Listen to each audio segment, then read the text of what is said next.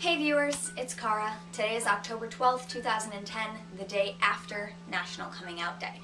Yesterday I did a bunch of National Coming Out Day events with my college's GSA, PRISM, which stands for People Representing Youth Sexual Minorities. The first one we did at lunch is something called a die-in, which is kind of like a traditional sit-in protest, except that instead of sitting, we all died.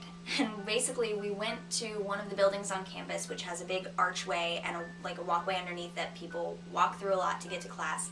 And we had the professor, who is the advisor for the GSA, give a welcome statement, tell everyone what we were there for, kind of tell the purpose, and then we all laid down on the ground and other professors and students outlined our bodies with chalk. And while we were being traced and just laying there for about 5-10 minutes, I don't even know, the list of all of the names of kids who have recently taken their lives due to LGBT-related bullying was read. It was their names, ages, locations, and their specific stories, a lot of which I had not heard the specific stories for. I think it made a big impact on the people that did show up to be there with us. And we had Channel 5 and Channel 8 News there taking pictures and interviewing the co-chair people of the GSA. There's actually a news report video on YouTube. I will link you to that so you can go and see. You can't necessarily see me in it. I'm in the background, but if you know that rainbow shirt that I always wear, that's what I'm wearing, just in case you can pick me out. But yeah, I'm in the background of the video clips, so don't worry about seeing me. I wasn't interviewed or anything. But that was really fun. The other event that we did last night in the auditorium was a reading of When I Knew stories. About 5 of us got together and wrote stories about when we knew that we were something other than heterosexual. And there was a 6th story submitted by a faculty member that someone else read for her. So we had 6 stories total, and we had quite a few people show up to hear them. Not like a full auditorium or anything, but I want to say maybe 30-40 people. My friend actually recorded it for me, so I will just let you watch it. She was my best friend. In my high school, girls always held hands and kissed each other on the cheek. It was no big deal. She used to call me pet names and give me massages, lay her head in my lap and let me play with her hair. When she got a tattoo on her back, I was the only one allowed to rub lotion on it. Then I realized we were the only girls doing that. And I thought, this is weird. Why do we do this? Then I realized, I like this. Probably more than I thought I should. So I told her one day, I might actually like girls. So if you want to stop holding my hand and stuff, I totally understand. No, honey, I still love you. She smiled, and I believed her. I still wasn't sure if I liked girls or if I was just really comfortable with her. We graduated. I didn't hear from her much, and I found that I was still attracted to other girls. Eventually, she stopped talking to me altogether, and I still had crushes. That's when I suspected. After about a year, we talked again. Even though she said it was okay, it turns out the idea had really freaked her out. She apologized for ignoring me and being a baby about it. Then she told me about her new best friends at college. They were all lesbians. She said they called themselves the Diesel Dykes and always wore flannel and trucker hats. So, wait a minute. The fact that I like girls is weird, but you can be friends with them and that's okay? I didn't understand why I was a source of discomfort, but her new friends were okay. It didn't help that her new best friend was really pretty and called her the same pet name that I used to call her. They were both poetic, blonde, half-smilers who liked Nietzsche and MC Escher. There was no way I could compete with that. So I asked her why she used to hold my hand in the first place, if it freaked her out. I asked her what she was afraid of with me that she wasn't with them. She said, sometimes she wondered if she meant the things she said to me. Sometimes she was afraid she really did like me.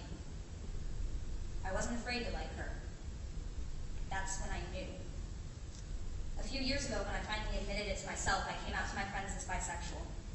Most of my friends were okay with it, but there were a couple of people who doubted me or didn't want to believe it. They argued that I'd never been with girls, so how could I know, right? No, I hadn't kissed a girl at the time. Yes, I had a boyfriend at the time. I still don't know many girls who like girls, so I've mostly dated guys. But I had to make them listen. Lack of opportunity doesn't mean you're confused. That's when I understood. When I knew I fully understood myself and what I felt, I went one important step further.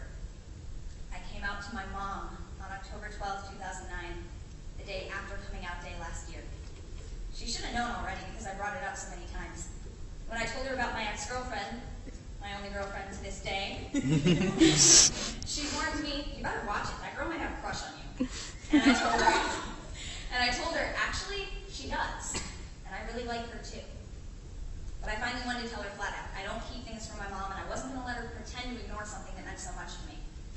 I knew she'd feel weird about it because of things that she had said before about lesbians, but I didn't expect the crying, or the questions about whether I needed to see a doctor, or the accusations that the lack of men in my life caused me to like women. I didn't know how to deal with the fact that she thought it was her fault, that it was something to find fault in, that it was something that I had chosen, suddenly. She said she loved me and asked me not to give up on men. Mom, I'm bi, I'm not a lesbian. Like that made it any better. This year, someone referred to me as pansexual, and I almost corrected them. Actually, I'm bi. But then I thought, who am I to say I only like boys and girls? I don't know who I'm going to fall in love with. I love people. I'm not afraid to say I love people. My best friend was afraid to like me. My mom is afraid I'll give up on men. But I'm not afraid anymore. When love became a stronger emotion than fear, that's when I accepted. It's not all about knowing. Knowing is just half the battle. Understanding and acceptance is where love wins the war. She was my best friend. She doesn't even talk to me anymore. She's just the reason I know. Thank you. So yes, today, October 12th, 2010, the day after National Coming Out Day, is the 1-year anniversary of the day I came out to my mom. That day is the day that I came out to the last person that I really needed to know. I had been out to my friends for a couple years before I told my mom, like my story said, but I had to tell my mom, and after that I thought, okay, anyone else I can deal with. As long as she knows, bring it on. I mean, we're coming out again and again every day of our lives as we meet new people. When I read that story, a lot of people in that auditorium didn't know me, so that was coming out to them. We do this every day of our lives, over and over. But for me, the day that I told my mom was the official point. After that, nothing can touch me. Yeah, as I said in my story, I met with some of my friends who did not accept me right away. One of my friends actually got mad at me and started arguing with me over it. He just was completely unaccepting of it, and it was really sad to see that side of him for the first time. But most of my friends were okay with it. Whenever there is a group of people who does not accept you, there is a larger group of people who will. If there's no one in your life right now who you think cares or supports you, that you think you can go to, you do have us. I mean, you have somewhat anonymity of the internet. You can talk to someone on YouTube who's been making these videos. You can talk to someone that you regularly watch on YouTube who has these ideals. We've all turned to the internet for knowledge about things. Basically, what this whole thing is about is that we just need you to know it gets better. It might be hard right now, but it will get better. Search for those people who will stay close to you. Then the others won't matter. They just won't. Don't give up on yourself. Don't give up on love. Don't give up on what you believe in. Don't give up on your life. Those of us who could help you but can't because we're not directly in your lives, it does hurt us to know that you felt like no one was there.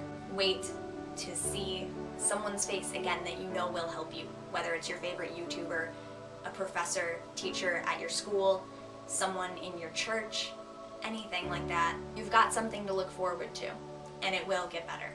It's 11:11 a.m. on October 12th, 2010. Make a wish. Thank you very much for watching this video, and I love you.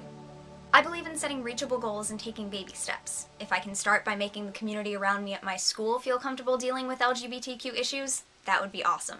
I'll take on the rest of the world later.